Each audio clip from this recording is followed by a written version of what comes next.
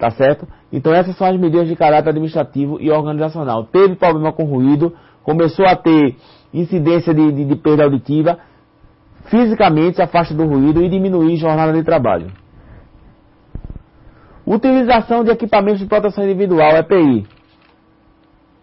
Seleção do EPI adequado tecnicamente ao risco a que o trabalhador está exposto e a atividade exercida, considerando-se a eficiência necessária para o controle da exposição ao risco e o conforto oferecido segundo a avaliação do trabalhador usuário. Então, o equipamento, o EPI, ele tem que ser fornecido de acordo com o que se faz necessário, né? Ou seja, se é para ruído, tem que ser fornecido um equipamento de proteção viável, tá? Eficiente.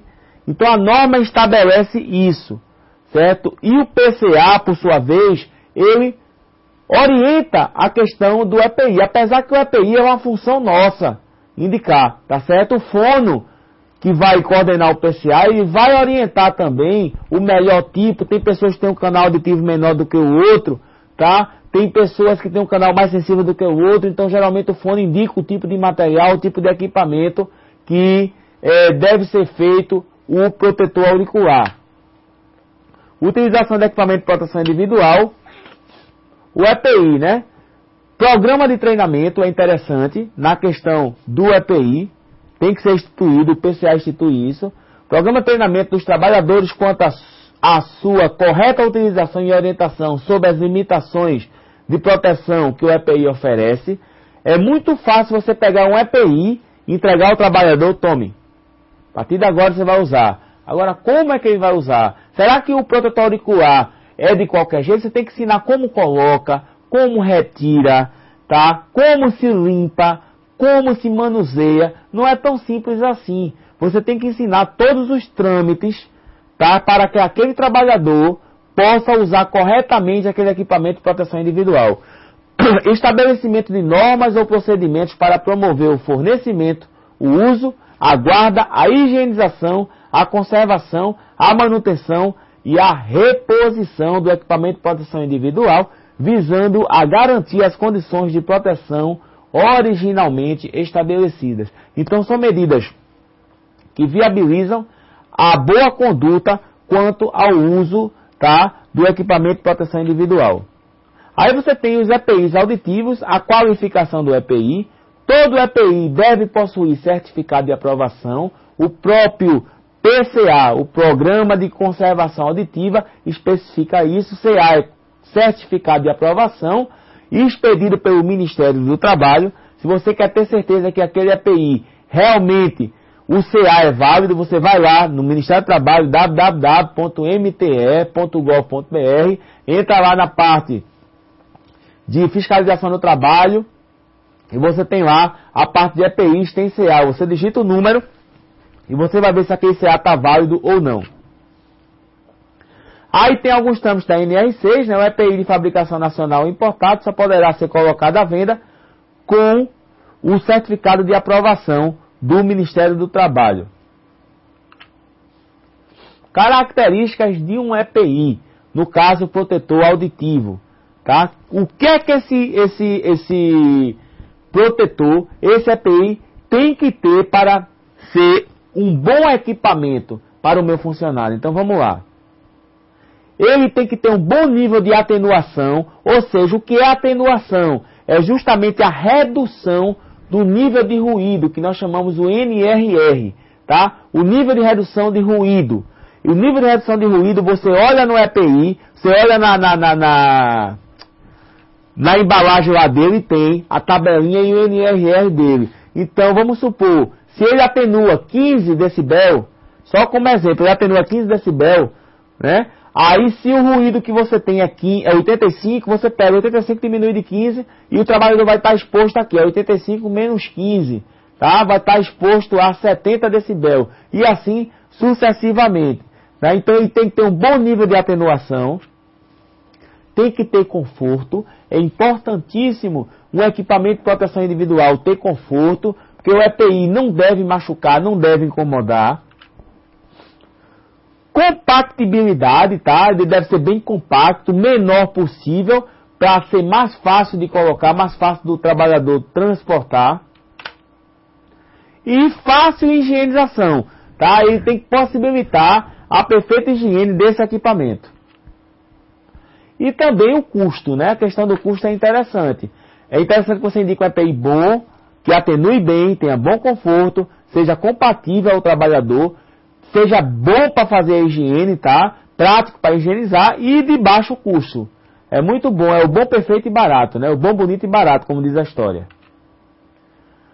Características do EPI, atenuação. Aí você tem a NRR, que é o nível de redução do ruído. Você tem lá todo equipamento, ele tem na sua tabelinha, então no seu informativo, tá? O nível de NRR, nível de redução de ruído. A ANSI S12.6 de 1964, o ANSI é uma norma, tá? Similar às normas ASA e ISO, que determinam o NRR. Atenuação, NRR, nível de redução do ruído e as características. Só para que você tenha conhecimento, é baseado em um método de laboratório, tá? É feito estudo de laboratório. Expectativa de atenuação matemática, tá? Tudo é especulado matematicamente. O comprador adota a mentalidade do maior é melhor, tá certo? Nem sempre o maior NRR é o melhor, tá? Característica de atenuação. Usando o NRR no trabalho, só um velho exemplo aí. Quando o nível de ruído é conhecido em decibel, tá? Proteção obtida igual a nível de ruído NRR. Ou seja, exemplo, 95 decibel C, que é para ruído de impacto, menos 21 igual a 74. Tá certo? É só para você ter uma noção. Usando ainda o NRR no trabalho. Quando o nível de ruído é conhecido em decibel A, para ruído contínuo e intermitente, proteção obtida igual a nível de ruído NRR 7.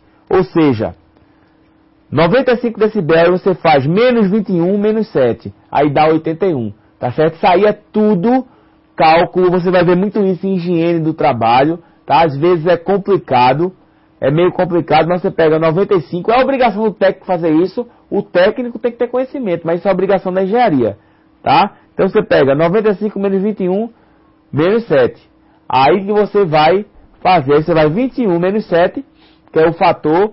Pega esse resultado que está entre parênteses e diminui de 95. Aí você vai ter 81 decibel. Você vai ter 81 decibel. Usando o NR no trabalho ainda, atenuação na prática é diferente da teoria. Dados obtidos de indivíduos treinados, supervisionados com EPIs escolhidos e resultados insatisfatórios descartados. Não existem fatores agravantes, exercício físico, calor, ruído contínuo, ruído de impacto e vibração. Tá? Aquela questão, cada caso é um caso. Às vezes o EPI ele parece adequado, mas a forma do uso, a forma que o trabalhador usa esse equipamento não possibilita uma perfeita atenuação do ruído. Ainda a atenuação, tá? Atenuação na prática diferente da teoria, não existe falta ou deficiência na motivação e no treinamento na questão dos EPIs.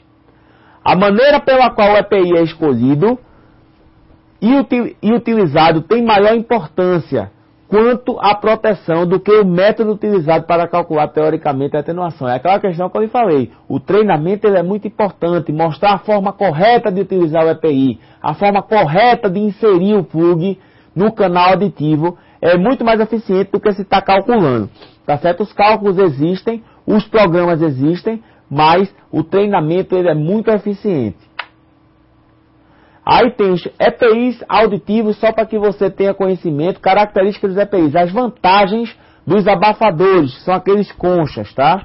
Vantagens dele, é o único tamanho, a colocação dele é rápida, atenuação uniforme nas duas conchas, partes substituíveis, você pode substituir ele, tá certo? Modelos variáveis, existem vários modelos de EPIs conchas, e é bastante higiênico. Tá certo? Diferente do plug que você insere e já volta, geralmente quando você insere já volta sujo com secreção do vidro, né? A famosa cera. Desvantagens dos abafadores.